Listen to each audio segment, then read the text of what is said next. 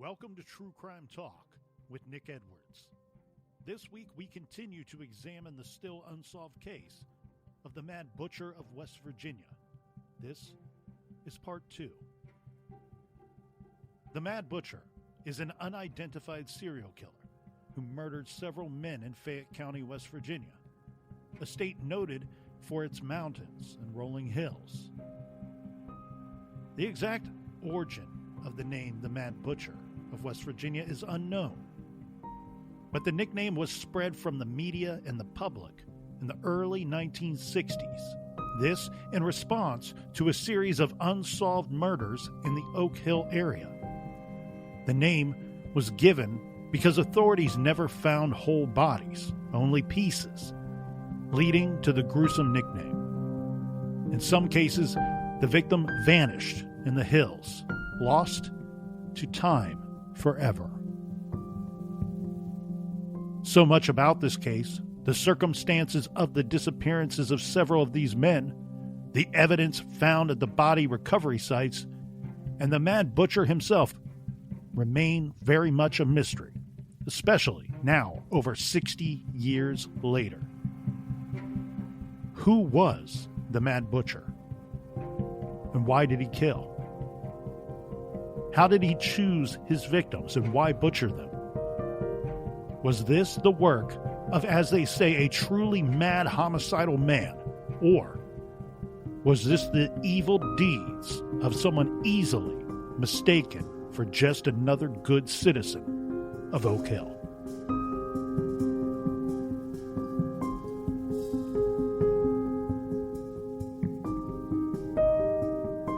This is from the Beckley Post-Herald, the Raleigh Register from December 8, 1963. This is a combined Sunday morning edition that boasts 4 sections and 50 pages. The headline at the top of page 1, Mad Butcher, Loose in Pineville. And the article reads in part, folks here were asking today if the Mad Butcher of Fayette County had shifted his theater of operations. The question came after the finding of a dismembered body wrapped in canvas in a clearing about 6 miles south of Pineville, off of West Virginia Route 16 near Indian Creek.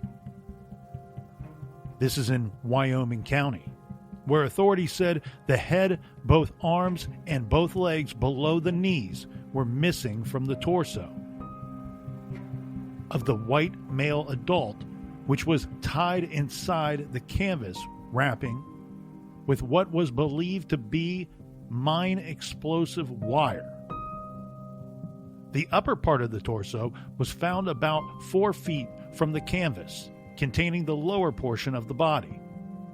The sheriff's office said 3 area teenage boys looking for firewood near the creek found the body. It was located about 25 feet from the highway over a 6-foot embankment. The youths, Leonard and Thomas Sizemore and Charles Day, all Pineville High School students, said they were gathering wood from Indian Creek when they stumbled upon the body in a clearing. Authorities immediately launched a search for the missing parts of the body. The sheriff said the body, believed to have been dead for perhaps several days, was badly butchered, but not decomposed. He said the spot where it was found was within 300 feet of a church and 400 feet from a store and several houses. The sheriff theorized the body had been dumped near the creek within the past 2 days. He said a search would continue Sunday for other pieces of the body. At present, he said there were no reports of any missing persons in the area. He said he would check with Fayette County authorities into the similarity in the dismemberment of the body found near Pineville and the butchered body of Michael Rogers, 18 years old, from Oak Hill, found December 27th last year on U.S. Highway 50 near Chimney Corner and Hawks Nest State Park. Rogers' body was hacked into 13 pieces and strewn over a 30-yard area near the highway. He had been missing from his foster home 8 days before his body was found. The apparent murder has never been solved. An autopsy determined that Rogers had died of a gunshot wound in the head. Officers said an axe, knife, and saw were used in cutting up the body. It is believed that Rogers had been dead for about 48 hours before being found. He was reported missing from his home on December 19, 1962. No murder weapon had been found, and no arrests have been made by Fayette authorities and state police. Authorities theorized the youth was slain and dismembered at a point other than where his remains were found.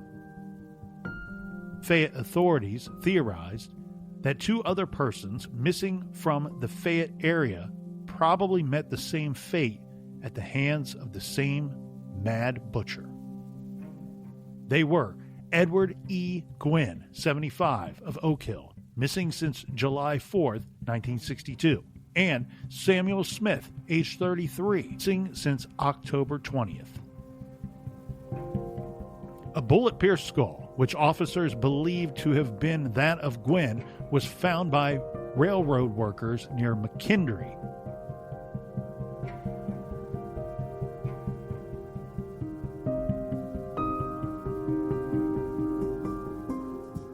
And the mystery of the Mad Butcher continues to fascinate in more recent times as well. This from the Fayette Tribune from 2013, and an article that is still easy to find today at FayetteTribune.com. This story, titled "Chance Encounter Leads to Years of Exploration." The article is about a man named George Bragg. George Bragg is a native of southern West Virginia, but a trip to purchase some furniture from an estate in Mount Hope changed his life forever. George Bragg was in his late 30s, and the moment that changed his life took place in a basement while he was inspecting some furniture that he was considering for purchase. As he looked over the pieces, eyes wide open, his feet dancing on the basement floor as he maneuvered around to look each item over, he accidentally kicked a magazine, and it fell to the floor in front of him. The periodical was none other than the Master Detective magazine. I was introduced to detective magazines at a young age. My grandfather would occasionally read one. In large part, these detective magazines are mostly considered old rag. But for readers of true crime, well, back in those days, that's about all you had to feast your eyes on. I can't speak to this exact publication, but they were typically salacious and sometimes even attempted to discuss murder in a sordid manner. Not ideal reading for someone like me, whose fascinations lie in the investigation, manhunt, and whodunit aspects of true crime stories. As the Fayette Tribune states, this periodical billboarded the infamous Mad Butcher mystery that haunted law enforcement agencies over a 3-year span in Fayette County. Selling for a mere 35 cents in that era, the magazine blared on the cover, "7 men died violently or vanished. Were they the victims of West Virginia's Mad Butcher?" I read you a newspaper article that listed 3 of the believed victims. Mike Rogers, 18, who was found butchered and in pieces. Edward Gwynn, age 75, his skull located with a bullet hole in the head. It is not confirmed that the skull was that of Edward, but it sounds like that was the best connection that they have made thus far. Sam Smith, age 33, to this day, his remains have never been found. As we will learn, the second dismembered body recovered, the one found by the 3 high school boys, bisected and wrapped in canvas, was that of Shirley Jean Arthur. You may remember from part 1 that Shirley, he disappeared on November 22nd, 1963. Shirley was a talented gospel singer and musician, and he had hopes and dreams of making it big. On the evening of his disappearance, he traveled to Pineville, West Virginia, to visit his girlfriend and practice for an upcoming gospel concert that he was set to perform in. There are two accounts with regards to the departure of Shirley Arthur. One states that he left to hitchhike back home around 11 p.m. The other states that he left closer to 1 a.m. Whatever the case, the last confirmed sighting of Shirley Arthur was at 2 a.m. in the small community of Sophia, West Virginia. Also in part one, we discussed the other victims believed to have been killed or disappeared by the Mad Butcher. The other three were Bob Aggie, Lou Bennett, and Sergeant James Lee Haynes. But back to George Bragg in the Detective magazine. George picked up the magazine, read the cover, announcing the story of the Mad Butcher is in these pages. George asked the man showing him the furniture for an explanation. Well, the man replied, the lady who lived here, her son was one of the missing people. That victim, headless and minus his feet and hands, turned up in a lonely spot in Pineville. George says, I questioned him about the case pretty thoroughly. From there, Bragg tracked down a sister of one of the victims, Shirley Jean Arthur, a sailor who had been among the crew that recovered the first astronaut to splash down after a venture in space.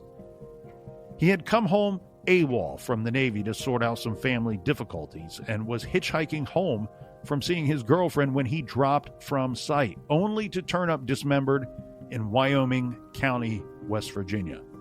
Quote, what really struck me was the fact she talked about her mom standing in the doorway of that house all the time, waiting on her son to come home.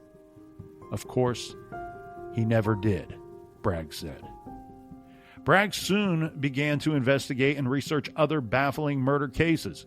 Years later, he and his wife, Melody, produced about half a dozen books, with one of them titled West Virginia's Unsolved Murders. Quote, we got really interested in the Oak Hill area's Mad Butcher case, Bragg said. Somebody was picking up hitchhikers and cutting their bodies up into pieces, then disposing of them in the Oak Hill area. That happened when I was a child. I had always been fascinated with it. We decided to research it thoroughly. It took us 4 years of research to do that story and ended up being the main feature in our first book. In that story, Bragg's investigation into the Mad Butcher case, he also talks much about Army Sergeant James Lee Haynes, who vanished after thumbing a ride from Maryland to Oak Hill en route to a Christmas reunion he never made with his parents in Mabon. Follow-ups led to a possible run-in with some rowdies at a tavern on Bolt Mountain. But Bragg says his own inquiries led him to conclude that Haynes, quote, could have easily been a butcher victim. Haynes's body has never been recovered. The article goes on. Technically, the Butcher case went down in regional crime annals as unsolved, but Bragg says all evidence pointed to a man placed into a mental hospital immediately after his arrest. Quote, he was in and out of mental hospitals for many years, Bragg said, so the case never really got followed up on. One thing you have to really take with a grain of salt is there were 7 people missing in that period of time from 1962 to 1964. But we can't prove the Butcher got all of them. We know that there were 3 bodies found that possibly could have been the Mad Butcher.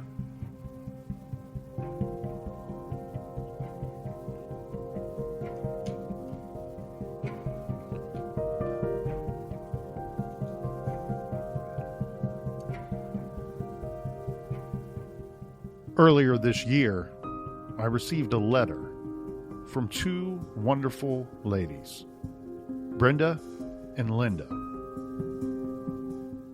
The letter reads, "We are seeking resolution to the cold case murder of our father, Sergeant James Lee Haynes. He was murdered on or around December 7th, 1963, in Little Bolt Mountain, West Virginia. It is alleged he was purposely run over by three men and buried somewhere on Bolt Mountain, West Virginia. His body has never been found. Our father joined the Army at age 17. At the age of 18, he earned a Purple Heart in the Korean War. He was shot in the chest, leaving an extremely large wound in his back. He received care in Japan and California for over a year. Being a patriot, he continued his service in the Army for another 10 years. During his transition from Germany to Fort Knox, Kentucky, he was in the Baltimore, Maryland region for leave. Our mother and the four of us children were already in Maryland for my grandfather's funeral. My twin sister and I were only 18 months old. During his leave, Dad decided to hitchhike to West Virginia to see his mother and extended family. A woman and her grandchild gave Dad a ride to Oak Hill, West Virginia, and he continued to walk toward his mother's. He stopped at a tavern to warm up before continuing his journey. The story we have been told is three of the four men in the tavern started an argument with Dad because he would not share a beer with them. According to the fourth man, Dad picked up his suitcase and duffel and left the tavern. The other three men following him. When the fourth man left the tavern, he drove a little way on the slippery road and happened to see the three men with their trunk open on the side of the road. This fourth man slowed down, asked if the men needed any help, since he could see blood on their clothes. He was told, "No, keep moving." Our mother filed a missing persons report in Maryland on December 10th, 1963. Dad's parents filed a missing persons report in Raleigh County, West Virginia. In May of 1963, there was a task force meeting with West Virginia State Police, Raleigh County, Wyoming County, and Fayetteville Sheriff's offices.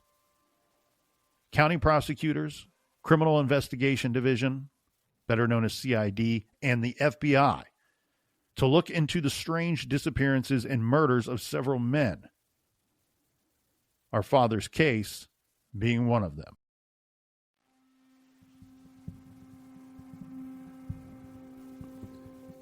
I reached out to Brenda and Linda, and they agreed to join us here on True Crime Talk to talk about the strange circumstances surrounding their father's disappearance and apparent murder. I also wanted to get updates to learn about where the case and investigation stands today. We would also like to talk to George Bragg and his wife Melody regarding their research about this case and what they know and their suspicions about the Mad Butcher and the man that was locked up in the mental institute.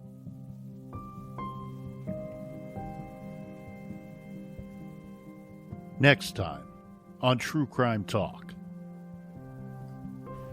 Dad came back. He was here for about 2 weeks, maybe 3. They're waiting on his van to come over from Germany. It was supposed to be here on the 5th of December. And because of a strike over in Germany, it wasn't getting here in time.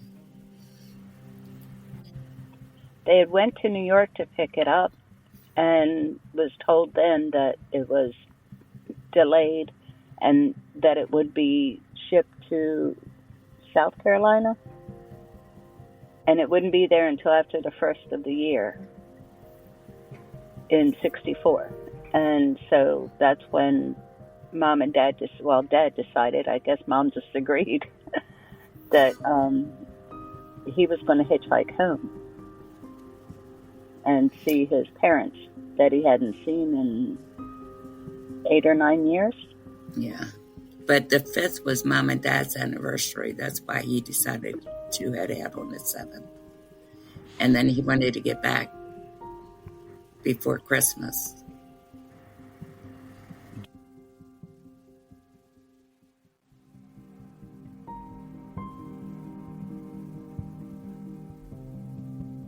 If you love true crime, there is a whole bunch of it just waiting for you at wildbluepress.com. Some of the very best in true crime is available from the good folks over at Wild Blue Press. Books by previous guests of True Crime Talk, like Speaking Truth to Evil, the myths and facts surrounding today's serial killers, by American profiler Phil Chalmers.